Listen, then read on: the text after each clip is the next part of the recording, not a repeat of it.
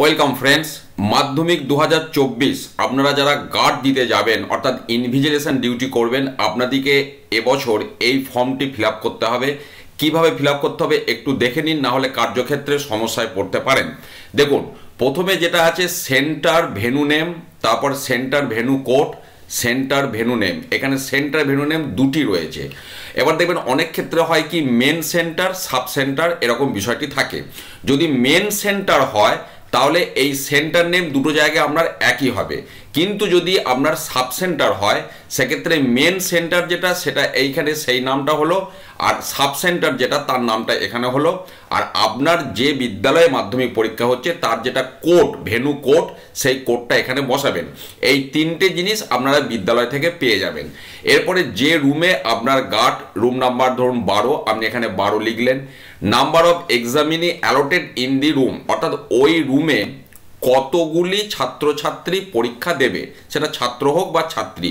ধরুন সেই রুমে 38 জন সিট অ্যালট আছে স্টুডেন্টের, এবার যার মধ্যে 37 জন প্রেজেন্ট, একজন অ্যাবসেন্ট। এগুলো আপনারা প্রশ্নটা দেবার পর এই তথ্যগুলি পাবেন, সেগুলি এখানে আপনারা লিখবেন। এইবার আপনারা তো ইনভিজিলেশন ডিউটি যারা দিচ্ছেন সেটা 2 জন হোক বা 3 জন হোক, আপনারা রুমে থাকছেন, আপনাদেরকে প্রশ্নের প্যাকেট দিয়ে যাওয়া হবে। সচরাচর 10-এর মাল্টিপিলে প্রশ্নগুলি থাকে এক একটি প্যাকেটের মধ্যে। এবার যদি আপনার অ্যালোটেড 38 জন হয় স্টুডেন্ট, তাহলে আপনাকে 4টি 10-এর প্যাকেট দেওয়া হবে, 40টা। এটাই নিয়ম। এবার দেখুন, আপনাকে তো রুমের মধ্যে ওই প্যাকেটগুলি এসে দিয়ে যাওয়া হবে। সেই প্যাকেটগুলি কাটার পর সেখানে সেই প্যাকেটের নাম্বার দেখবেন, গায়ে এনভেলপের গায়ে নাম্বার লেখা থাকবে। সেই নাম্বারটা বাইরের দিকে লেখা থাকতে পারে বা ভেতরে লেখা থাকতে পারে, সেটা কোনো অসুবিধা নেই। এবং সেই প্রত্যেকটি প্যাকেটের মধ্যে যতগুলি প্রশ্ন থাকবে প্রত্যেকটি প্রশ্নের সিরিয়াল নাম্বার থাকবে। অবশ্যই সেই সিরিয়াল নাম্বারগুলি পরপর থাকবে। তো ধরুন আপনাকে 4টি প্যাকেট দেওয়া হয়েছে। পরীক্ষার তারিখ এখানে লিখলেন 2/2/2024, প্রথম তারিখটাই আমি লিখেছি।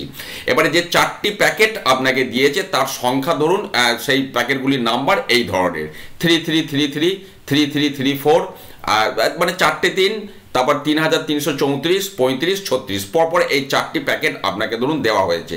প্রথম প্যাকেটে যে 10টি প্রশ্ন আছে তার সিরিয়াল নাম্বার ধরুন P320001 থেকে 10, তারপরেরটা 11 থেকে 20, তারপরে 21 থেকে 30, তারপর 31 থেকে 40।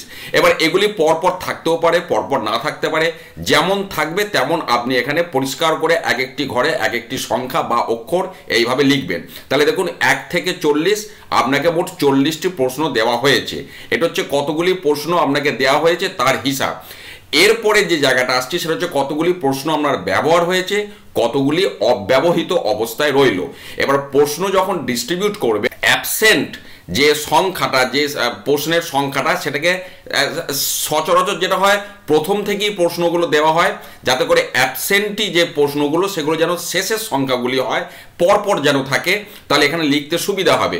প্রশ্নগুলি হ্যাপাজার্লি যেন আপনারা দেবেন না, প্রশ্নগুলিকে দেওয়ার সময় অন্তত পরপর সিরিয়াল মেনে দেবেন, তাতে করে এখানে আপনাদের লিখতে সুবিধা হবে।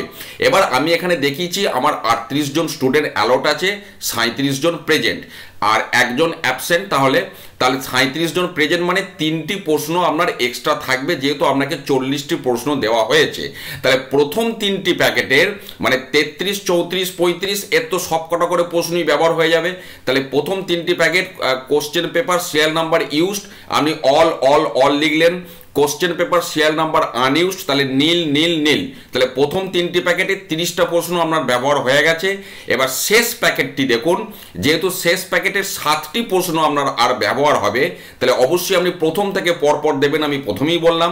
তাহলে সেটা ধরুন আপনি 31 থেকে 37 পর্যন্ত প্রশ্ন আপনি দিয়েছেন, তাহলে 37টা মোট প্রশ্ন আপনার দেওয়া হয়ে গেল। তাহলে বাকি বেঁচে থাকছে কটা? 3টে। ওই প্যাকেটেরই 38 থেকে 40 সিরিয়াল নাম্বার আপনার বেঁচে থাকবে। তাহলে question paper serial number unused, 38 থেকে 40 মানে 3টি প্রশ্ন আপনার বেঁচে রইল। এই হচ্ছে বিষয়টা।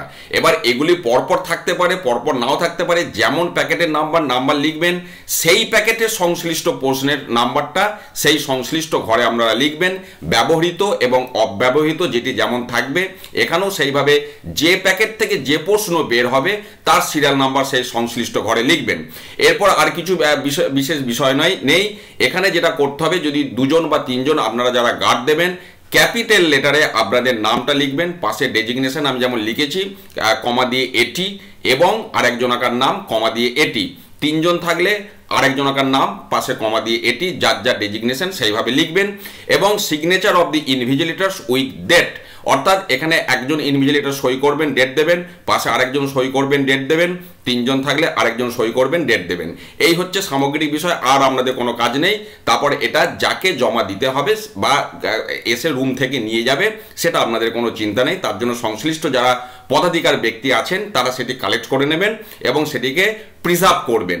তো এই হচ্ছে এই ফর্মটি, এখানে দেখতেই পাচ্ছেন মাধ্যমিক পরীক্ষা 2024, এর জন্য এইভাবে ফিল আপ করতে হবে, খানিকটা ভোটের ফর্ম 17C এর মতো, ব্যালট পেপার অ্যাকাউন্টের মতো, কতগুলি পেয়েছেন, কতগুলি ব্যবহার হলো, কতগুলি ফেরত যাচ্ছে, এই টোটাল হিসাবটা কিন্তু এইভাবে আপনাদের রাখতে হবে। যত্নবান হয়ে এই কাজটি করবেন যাতে করে আপনাদের সমস্যা না হয়। আমি একটা টিউটোরিয়াল আপনাদের সাথে শেয়ার করলাম, এইভাবে আপনারা কাজটি করবেন। ভালো থাকুন, সুস্থ থাকুন, ধন্যবাদ।